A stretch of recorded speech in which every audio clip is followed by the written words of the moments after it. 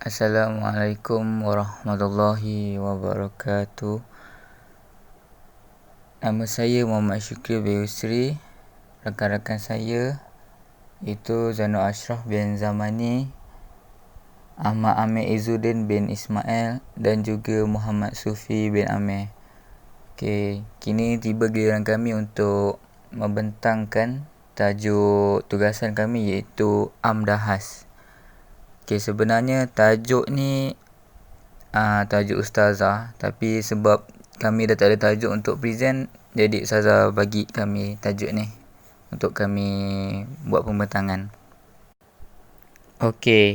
Amdahas ni ialah pelajaran yang akan kita pelajari tentang lafaz-lafaz perkataan dalam nanas syarak yang mempunyai ciri-ciri yang menjadikan ia umum ataupun khusus. Umum ialah am dan khusus ialah khas. Yang pertama ialah khas. Khas ni ialah lafaz yang mempunyai makna yang khas disebabkan oleh sifat-sifat tertentu seperti bilangan, waktu, tempat dan sebagainya. Contohnya kalau bilangan dia khususkan bilangan tu berapa. Mungkin 21, 22. Kalau waktu tu jam bila. Jam 7, 8. Tu waktu siang ke malam. Tempat ni khusus lah, tempat kat mana. Dekat Manong ke. Dan sebagainya. Contoh khas ni ialah dalam petikan surah Al-Ma'idah ayat 89. Maksudnya atau memerdekakan seorang hamba. Maknanya seorang hamba tu ialah khas. Menunjukkan dia punya spesifiknya tu. Seorang hamba. Khas ni terbagi kepada 4 bahagian. Yang pertama ialah amar, kedua ialah nahi, ketiga mutlak dan keempat muqayyad. Yang pertama ialah amar.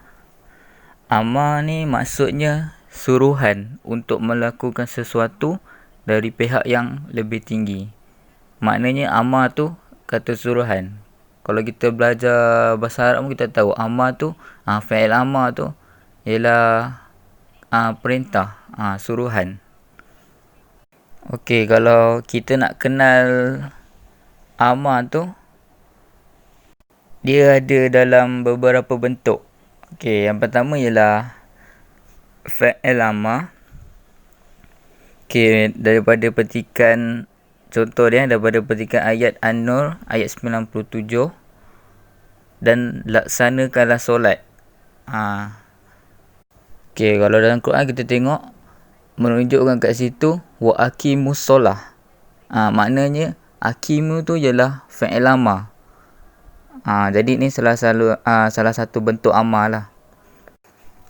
Yang kedua, lam amar bergabung dengan fi'il mudhari'. Contohnya dalam surah At-Talaq ayat 7, petikan ayatnya ialah hendaklah. Hendaklah kalau kita tengok dalam Quran dia tulis kat situ liyunfiku. Maknanya kat situ li tu ialah lam amar, lepas tu dia bergabung dengan fi'il mudhari'. Fi'il mudhari' tu yunfiku. Seterusnya ialah yang ketiga isim amar. Daripada surah Al-Ma'idah ayat 107. Jagalah sahaja diri kamu. Menunjukkan kat situ ialah isim amar. Amar ni ialah perintah. Jadi ayat kat situ dia menyebut jagalah sahaja diri kamu. Yang keempat ialah masdar. Masdar dalam surah Al-Baqarah ayat 83. Contohnya ialah berbuat baiklah. Yang kelima ialah perkataan perintah. Perkataan perintah ni kalau kita jumpa dalam Al-Quran, dia ada menyebut perkataan menyuruh. Contohnya Allah menyuruh. Itu menunjukkan perkataan perintah. Okey. Yang keenam ialah jumlah khabariyah, ayat pernyataan ataupun berita.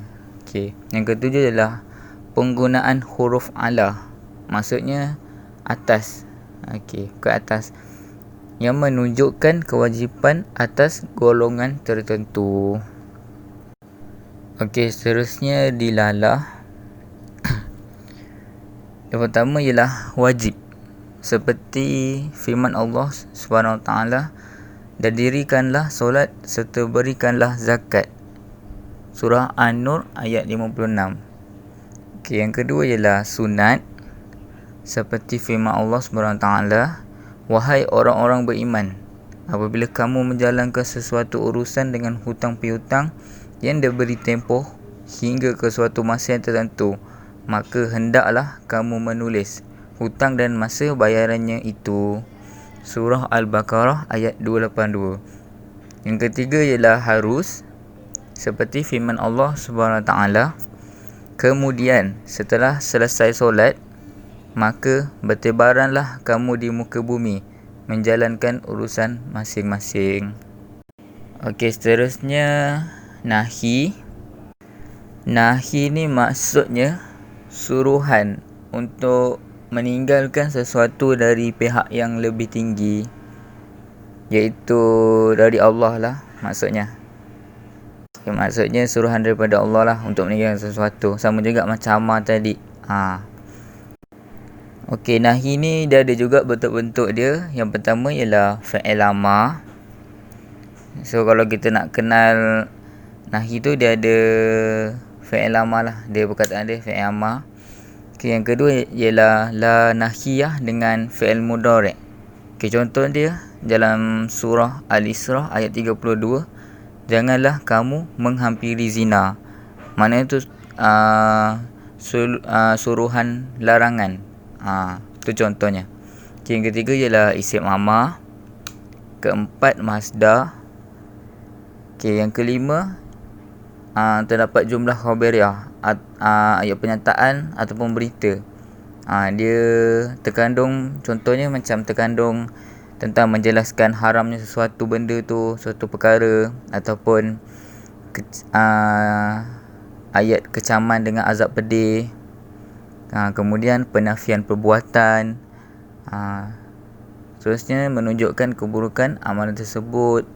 Dan yang terakhir ialah perkataan-perkataan tegahan seperti naha. Seperti naha tu perkataan melarang. Perkataan melarang lah. Suruhan supaya meninggalkan sesuatu. Okey, dilalahnya pula. Okey, dilalah dia ialah yang pertama haram. Seperti firman Allah SWT, dan janganlah kamu membunuh diri seseorang manusia.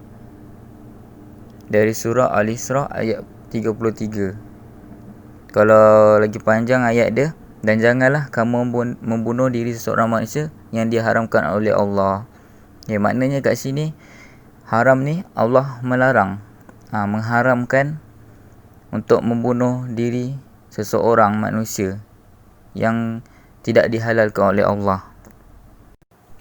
Okey, yang kedua ialah wajib ditinggal dan dijauhi. Okey, seperti firman Allah SWT, dan janganlah kamu menghampiri zina. Surah Al-Isra ayat 32. Jadi ni menunjukkan wajib ditinggal dan dijauhi. Okey, contohnya, dan janganlah kamu menghampiri zina. Maksudnya kita wajib tinggal dan jauhinya. Okey, itu saja daripada saya.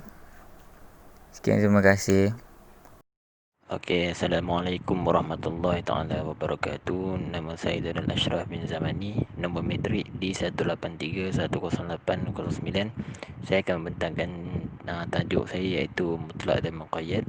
Okey, mutlak ialah lafaz yang menunjukkan kepada suatu individu atau beberapa individu yang banyak dan tidak terkait dengan satu qayyad yang banyak. Contohnya lelaki, buku dan pelajar. Okey, mutlak ni merupakan, kalau nak senang faham, mutlak ni dia macam lebih kurang am dia macam umum, maksud umum. Sebagai contoh, diharamkan kepada kamu memakan bangkai binatang yang tidak disembelih dan darah yang keluar mengalir. Okey, ayat ni merupakan ayat mutlak sebab dia tak beritahu bangkai jenis apa dan darah jenis apa. Dia macam tak ada umum lah, benda tu umum. Kedua-dua perkataan tersebut tidak mempunyai ikatan yang mana-mana sifat. Macam saya terangkan tadi ya. Okey, seterusnya hukum dan dalalah lafaz mutlak. Yang pertama, contoh lafaz mutlak tidak mempunyai dalil yang menunjukkan kaitannya dengan mana-mana sifat, iaitu seperti kalau dalam ayat ni lafaz ayyam. Okey, dalam firman Allah, faman kana minkum maridan aw ala safarin fa iddatun min ayyamin ukhra. Maksudnya puasa yang diwajibkan itu ialah beberapa hari yang tertentu. Maka sesiapa di antara kamu yang sakit atau dalam musafir, bolehlah ia berbuka. Kemudian wajiblah ia berpuasa sebanyak hari yang dibuka itu. Surah Al-Baqarah ayat 184. Okey, kalau tengok sini lafaz ayam tu disebut secara mutlak sebab apa? Dia tak bagi tahu dengan sifat berturut-turut, dan ia juga tidak pernah disebut dalam nas lain seperti secara berkaitan, serta tidak ada suatu dalil pun yang menunjukkan perkaitan tersebut. Maksudnya kalau orang yang sakit dan orang musafir ni, dia boleh menggantikan puasa tanpa berturut-turut ataupun berturut-turut pun boleh. Maksudnya dia tak ada pengkhususan lah dalam perkataan ayat ni. Okey. Yang kedua, contoh lafaz mutlak yang mempunyai dalil yang menunjukkan perkaitannya ialah lafaz wasiat dalam firman Allah, min ba'di wasiyatin yusi biha aw dain. Maksudnya pembahagian itu ialah sesudah diselesaikan wasiat yang telah diwasiatkan oleh si mati dan sesudah dibayarkan hutangnya. Okey, lafaz wasiat dalam ayat ni disebut secara itlak. Itlak ni maksudnya secara umum tanpa dikaitkan dengan kadar tertentu. Tapi ada dalil yang menunjukkan berkaitannya dengan kadar 1/3 macam hadis Nabi yang bermaksud sepertiga adalah banyak. Sesungguhnya engkau meninggalkan waris engkau di dalam keadaan kaya adalah lebih baik daripada engkau meninggalkan mereka di dalam keadaan apa dan meminta daripada orang ramai. Okey, maksudnya wasiat ni yang boleh ambil berwasiat ni adalah 1/3. Ayat dalam Al-Quran dia kata dia tak beritahu apa wasiat berapa kadar dia, tapi telah diberitahu oleh Nabi melalui hadisnya. Okey, seterusnya muqayyad. Muqayyad lafaz yang mempunyai makna yang khusus. Dia lawan bagi mutlak. Walau mutlak tadi dia macam umum. Muqayyad ni dia khusus. Okey, contoh ayat Quran ni, wahai orang-orang yang beriman, apabila kamu hendak mengerjakan sembahyang, padahal kamu berhadas kecil, maka berwuduklah, iaitu basuhlah muka kamu dan kedua belah tangan kamu meliputi siku. Surah Maidah ayat 6. Okey, maksudnya kat sini dalam ayat ni telah diberitahu dengan jelas bahawa kalau dah basuh muka tu, basuh tangan kita meliputi siku, sampai siku. So dalam ayat ni dia dah jelas sampai basuh tangan sampai mana. Okey, dihadkan tangan hingga ke siku dalam ayat ini, maka dalam wuduk basuh tangan mesti sampai siku. Okey. Seterusnya iaitu hukum dan dalalah lafaz muqayyad. Yang pertama, contoh lafaz muqayyad yang tidak mempunyai dalil yang menunjukkan kepada pembatalan takyidnya. Sebagaimana firman Allah, faman lam yajid fasiyamu syahraini mutatabi'aini min qabli an yatamasa faman lam yastati' fa it'amu sittina miskina dzalika litu'minu billahi wa rasulih wa tilka hududallah. Okey, maksudnya kemudian sesiapa yang tidak dapat memerdekakan hamba, maka hendaklah ia berpuasa 2 bulan berturut-turut sebelum mereka yang dimaksudkan suami isteri itu bercampur. Okey, pada ayat di atas ni dia lafaz siyam syahra ini yang bermaksud 2 bulan berpuasa 2 bulan telah dimaksudkan 2 bulan dikaitkan dengan lafaz mutatabi'ah ini, iaitu berturut-turut. Maksudnya memang syarat kafarah zihar ni memang kena 2 bulan berturut-turut lah. Kalau ada tinggal sehari macam dia tak berturut-turut, so tak kira kafarah zihar ni. Okey, begitu juga puasa kafarah zihar tersebut dikira tidak sah jika dilaksanakan selepas menghampiri isteri. So ayat ni dia beritahu dengan jelas macam mana kita nak kafarah zihar kita. Okey. Okey, yang kedua, contoh lafaz muqayyad yang mempunyai dalil menunjukkan pembatalan takyid. Contohnya lafaz rabaib, iaitu anak-anak tiri. Firman Allah, wa ummahatu nisaikum wa rabaibukum allati fi hujurikum min nisaikum allati dakhaltum bihin. Maksudnya, dan anak-anak tiri yang dalam pemulihan kamu dari isteri-isteri yang kamu telah campuri. Surah Nisa ayat 23. Lafaz rubaib iaitu anak-anak tiri itu dihubungkan dengan pemeliharaan lah. Dia tak beritahu ibu dan terdapat dalil yang menunjukkan pembatalan hubungan tersebut. So ayat ni ada keterangan lebih lanjut tapi dalam ayat yang sama, yang bermaksud, tetapi kalau kamu belum campuri mereka, isteri kamu itu, dan kamu telah pun menceraikan mereka, maka tiadalah salah kamu berkahwin dengannya. Okey, maksudnya dalam ayat ni, suami yang telah menceraikan isteri dan anak tiri tersebut, suami itu boleh kahwin dengan anak tiri tersebut dengan syarat si isteri yang telah diceraikan itu tidak disetubuhi lagi oleh mana-mana lelaki. Okey, itu ya maksud ayat ni. Ayat di atas menghalalkan perkahwinan bekas suami si ibu dengan anak-anak tiri sekiranya ibu mereka belum disetubuhi. Jikalau syarat pengharaman tersebut adalah disebabkan oleh pemeliharaan suami, maka sudah tentu pengistibatan Allah SWT yang menghalalkan perkahwinan tersebut tidak memadai dengan hanya menafikan persetubuhan sahaja. Okey, itu sahaja daripada saya. Sekian, wallahualam. Bismillahirrahmanirrahim. Assalamualaikum warahmatullahi taala wabarakatuh. Nama saya Muhammad Sufi bin Amir, nombor matrik D183108111. Seterusnya kita pergi kepada al-am. Al-am ialah lafaz yang datang dalam bentuk umum merangkumi semua afrad yang terdapat di dalam lafaz sebahagian. Sebahagian dari lafaz-lafaz am ini dikhususkan maknanya dengan lafaz-lafaz al-has.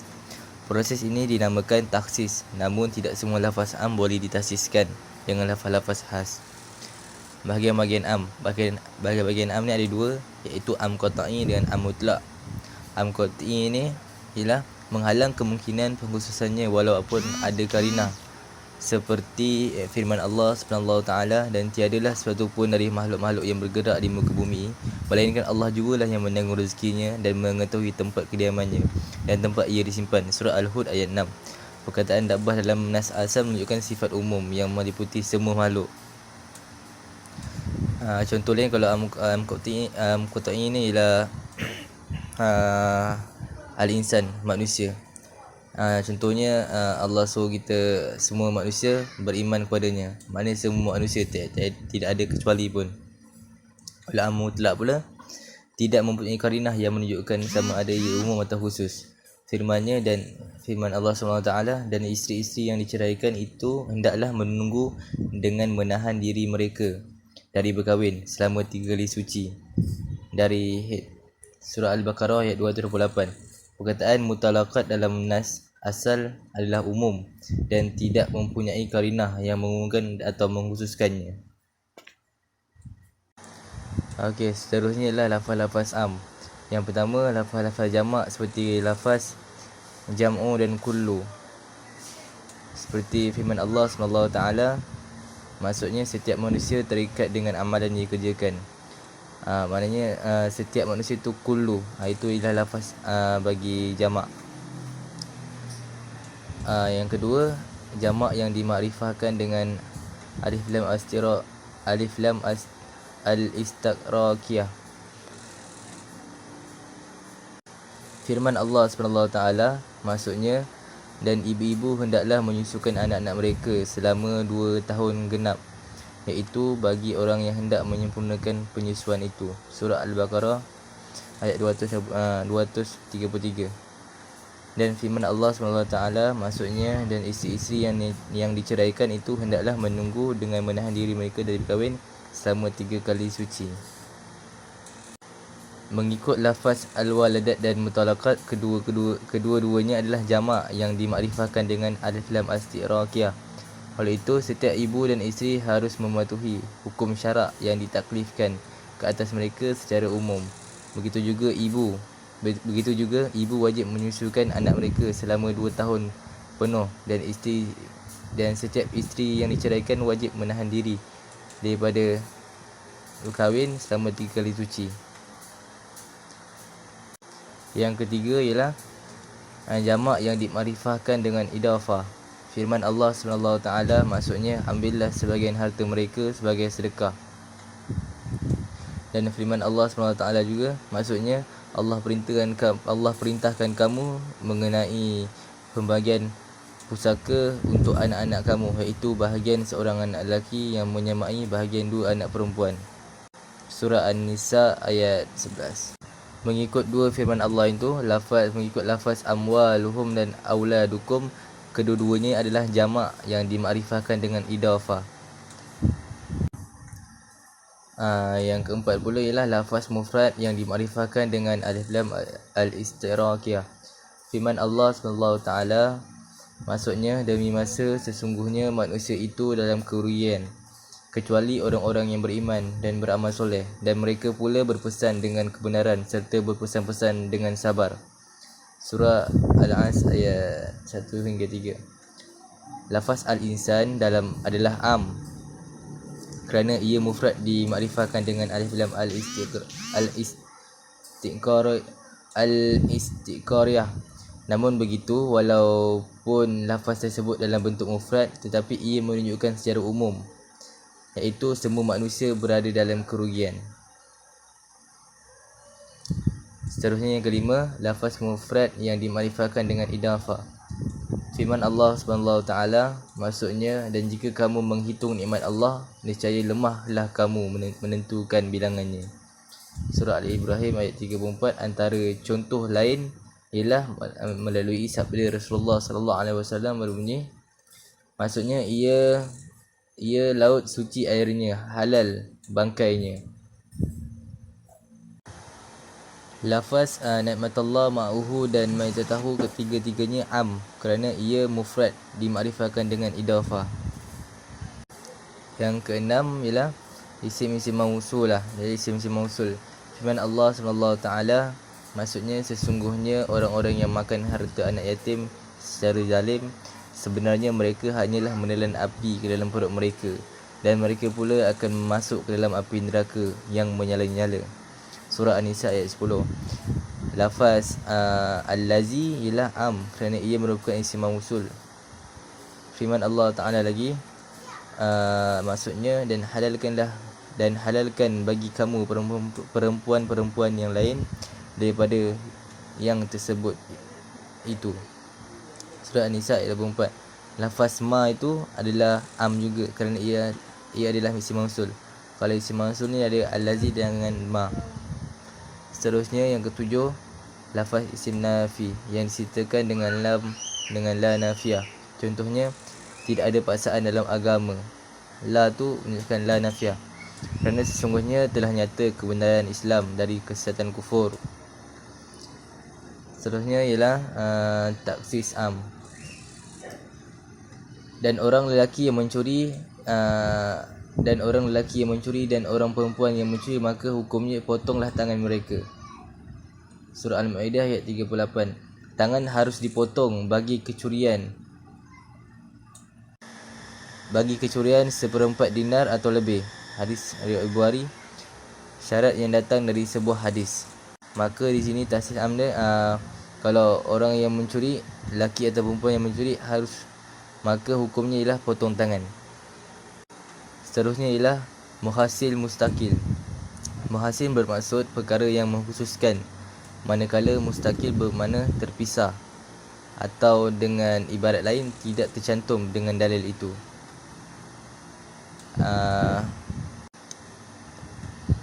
Yang pertama, nas syara' adalah Al-Quran dan Sunnah. Yang pertama, tahsis Al-Quran dengan Al-Quran. Pengkhususan lafaz Al-Quran dengan ayat yang sama atau ayat yang lain. Contohnya, dan isteri-isteri yang diceraikan itu hendaklah menunggu dan dengan menahan diri mereka dari berkahwin selama 3 kali suci. Surah Al-Baqarah ayat 228. Lepas tu, dan perempuan-perempuan mengandung, tempoh iddahnya ialah hingga mereka melahirkan anak yang dikandungnya. Surah Al-Talaq ayat 4. Tahsis Al-Quran dengan Al-Quran ni Allah dah terangkan. Kalau kita nak faham, Allah dah terangkan dalam Al-Quran. Selepas itu kita pergi kepada tahsis Al-Quran dengan sunnah. Dan orang lelaki yang mencuri dan orang perempuan yang mencuri, maka hukumnya potonglah tangan mereka. Surah Al-Ma'idah ayat 38. Tangan harus dipotong bagi kecurian 1/4 dinar atau lebih. Hadis riwayat Bukhari. Ini firman Allah dalam surah Al-Ma'idah. Lepas tu ada hadis Nabi turun. Ada hadis Nabi. Hadis riwayat Bukhari. Yang ketiga, tahsis sunnah dengan sunnah. Beruduklah dengan menyebut nama Allah. Hadis riwayat Abu Daud. Lepas tu ada lagi hadis tiada wuduk bagi siapa yang tidak menyebut nama Allah atas wuduknya. Maknanya hadis dengan hadis, sunnah dengan sunnah. Yang keempat, tahsis sunnah dengan Al-Quran. Aku diperintahkan untuk membunuh manusia sehingga mereka menyebut tiada Tuhan melainkan Allah. Hadis muttafaq alaih. Khas sehingga mereka membayar jizyah dengan keadaan taat dan merendah diri. Yang keempat ini sunnah dengan Al-Quran. Lepas tu kita pergi pada akal. Hukum akal terbahagi kepada 3. Yang pertama wajib, yang kedua harus, dan yang ketiga mustahil. Wajib ialah perkara yang menjadi satu ketetapan bagi akal. Seperti kalau 1 tambah 1, jawapan dia mesti 2, memang wajib 2. Kalau harus pula perkara yang boleh diterima oleh akal pada adanya dan tiadanya. Mustahil pula perkara yang tidak diterima oleh akal. Dan dirilah daripada firman Allah, dan dirikanlah kamu akan sembahyang dan keluarkanlah zakat. Surah Al-Baqarah ayat 43. Secara automatiknya akal mengecualikan golongan bukan mukallaf dari perintah tersebut. Seterusnya kita pergi kepada ijma'. Ijma' adalah persepakatan ulama sezaman selepas wafatnya Rasulullah sallallahu alaihi wasallam dalam satu isu fiqh. Ijma' di sini digunakan untuk mengkhususkan lafaz dalil. Dan firman Allah SWT, dan dirikanlah kamu akan sembahyang dan keluarkanlah zakat. Sahabat sepakat bahawa solat 5 waktu dan zakat adalah wajib. Selepas itu kita pergi kepada uruf dan adat. Uruf adalah adat kebiasaan. Ia digunakan untuk mengkhususkan lafaz dalil di sini. Dan dia lah yang memudahkan laut. Firman Allah SWT, dan dialah yang memudahkan laut supaya kamu dapat makan daripadanya, daging yang lembut, hidup-hidup. Surah An-Nahl ayat 14. Menurut uruf, ikan tidak termasuk dalam daging. Jika orang bersumpah untuk tidak makan daging, dia masih boleh makan ikan. Sebab ikan tu dia tak termasuk dalam daging. Selepas itu kita pergi pada hisi. Hisi adalah tanggapan melalui panca indera, dan ia juga digunakan untuk mentahsiskan dalil. Contohnya, tiap-tiap yang bernyawa akan merasai mati. Surah Al-Imran ayat 185. Secara langsung difahami semua yang bernyawa akan mati. Seterusnya kita pergi pada mafhum. Mafhum adalah perkara yang difahami oleh sebuah tuturan atau mantuk. Firman Allah SWT, wahai orang-orang yang beriman, apabila diserukan azan untuk mengerjakan sembahyang pada hari Jumaat, maka segeralah kamu ke masjid dan untuk mengingati Allah dengan mengerjakan sembahyang Jumaat, dan tinggalkanlah berjual beli pada saat itu. Surah Al-Jumu'ah ayat 9. Mafhumnya adalah halal jual beli sebelum dan selepas solat Jumaat. Maksudnya kalau dalam tengah solat Jumaat tu kita tak boleh jual beli. Lepas tu kita tengok mafhumnya. Kalau halal, kalau kita jual beli tu halal kalau sebelum solat Jumaat tu mula, dan selepas solat Jumaat halal. Kalau di tengah semasa solat Jumaat tu kira haram. Sekian, terima kasih. Okey, bismillahirrahmanirrahim. Assalamualaikum warahmatullahi wabarakatuh. Nama saya Ahmad Amir Izzuddin bin Ismail. Nombor matrik saya di 183108115. Okey, saya akan meneruskan tentang daripada kawan saya, iaitu Muhammad Sufi. Okey, seterusnya tentang kias. Okey, kias bermaksud menyamakan satu masalah yang tidak ada nas tentang hukumnya dengan masalah yang wujud nas tentang hukumnya disebabkan illah yang sama. Okey, contoh dia adalah yang pertama, maka janganlah engkau berkata kepada mereka sebarang perkataan kasar, sekalipun iaitu surah Al-Isra ayat ke-23. Okey, jumhur ulama menetapkan bahawa illah di sebalik pengharaman ini adalah menyakiti orang tua. Oleh itu haramlah juga selebihnya seperti memukul. Okey, ini boleh diibaratkan seperti memukul lah. Okey, yang kedua, semua yang memabukkan adalah haram. Hadis riwayat Al-Bukhari. Okey, kat sini bermaksud dadah juga jatuh pada hukum haram kerana dadah juga memabukkan seseorang individu. Okey, kita pergi ke yang seterusnya, iaitu kaul sahabi. Kaul sahabi bermaksud merupakan ijtihad dari sahabat radhiyallahu anhu. Okey, contoh dia adalah sedang tempoh mengandungnya berserta dengan tempoh menceraikan susunya ialah dengan masa 30 bulan. Surah Al-Ahqaf ayat ke-15. Okey, kaul Aisyah radhiyallahu anhu bahawa waktu kehamilan maksimum bagi wanita ialah 2 tahun dan waktu minimum adalah 6 bulan. Okey, yang kedua, barang siapa menggantikan agamanya, okey, dekat sini kalau kita faham iaitu murtad lah. Okey, maka bunuhlah dia. Hadis riwayat Bukhari. Okey, kaul Ibnu Abbas pula bahawa wanita murtad tidak dibunuh, tetapi hanya akan dipenjarakan. Okey, kita pergi ke tajuk seterusnya. Okey, iaitu muhassis ghairul mustaqil. Okey, muhassis ghairul mustaqil ini bermaksud perkara mengkhususkan yang tidak terpisah, bermakna pengkhususan itu ada dalam dalil yang sama, bukan dari sumber yang lain tetapi ijma', qiyas dan sebagainya. Okey, yang seterusnya, istisna muttasil. Istisna muttasil bermaksud pengecualian atau banyak kali digunakan dalam bahasa Arab sebagai illah. Antaranya muttasil kat sini memberi maksud bahawa pengecualian itu terkandung dalam dalil yang sama, surah yang sama atau ayat yang sama. Okey, contohnya kat sini, sesiapa yang kufur kepada Allah sesudah ia beriman, maka baginya kemurkaan dan azab dari Allah, kecuali orang yang dipaksa melakukan kufur sedang hatinya tenang, tenteram dengan iman. Surah Al-Nahl ayat 106. Okey, dekat sini harus melafazkan kalimat kufur dalam keadaan darurat, iaitu dalam nyawanya terancam bagi orang beriman. Okey, contohnya seseorang itu diugut untuk keluar daripada Islam, tapi hati dia tetap beriman kepada Allah. Dia harus untuk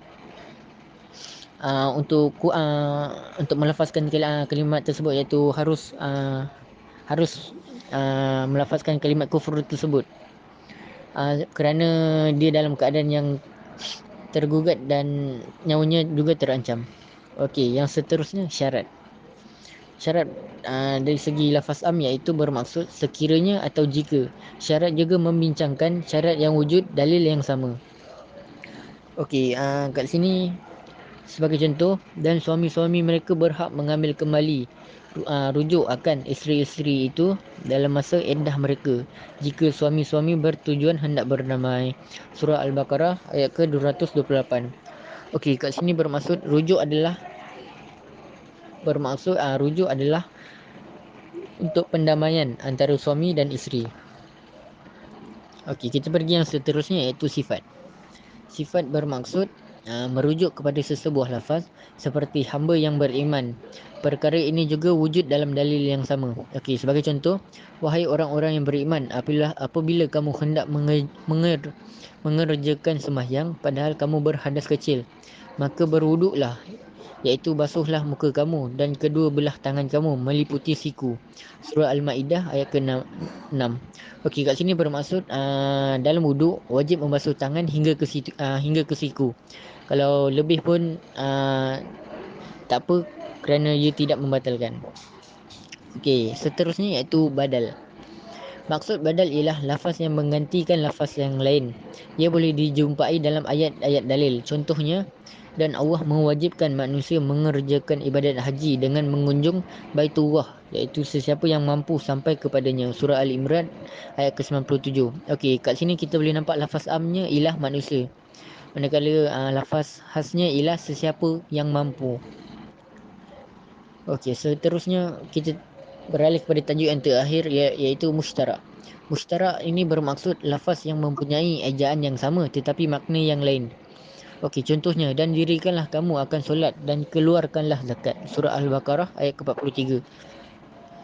Okey, kat sini